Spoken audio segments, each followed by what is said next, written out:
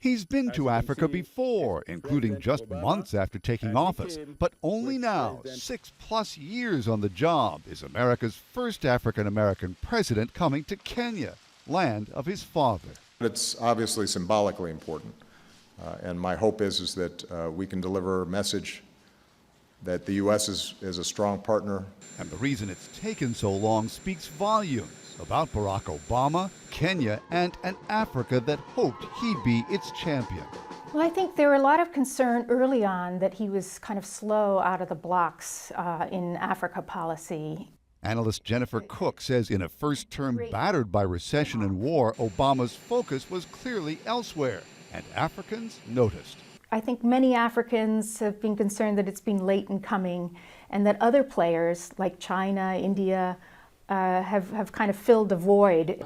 The state of Hawaii released. Indeed, between birther jokes and a Kenya plagued by corruption and political violence, the country where Barack Obama Sr. was from was politically off limits. When the president did go to Africa, he went elsewhere, to safer Tanzania and South Africa.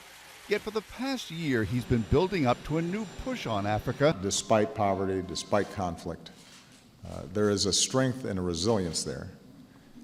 And the opportunities are extraordinary. Kenya is kind of where many strands of U.S. interests come together that play out in African countries in different ways. Strands that include poverty and disease, a deadly Muslim insurgency with ties to al-Qaeda, but also human rights abuses by security forces trying to put the insurgency down. In Ethiopia, where Obama's visiting African Union headquarters, the ruling parties jailed opponents and journalists and run voting with an iron hand. I think the Prime Minister of Ethiopia was just elected in with 100% of the vote. By calling out abuses and also shining a new spotlight on Africa in the twilight of his presidency, Obama's aiming to give the world's youngest and fastest growing continent new reason for hope. Mark Smith, The Associated Press, The White House.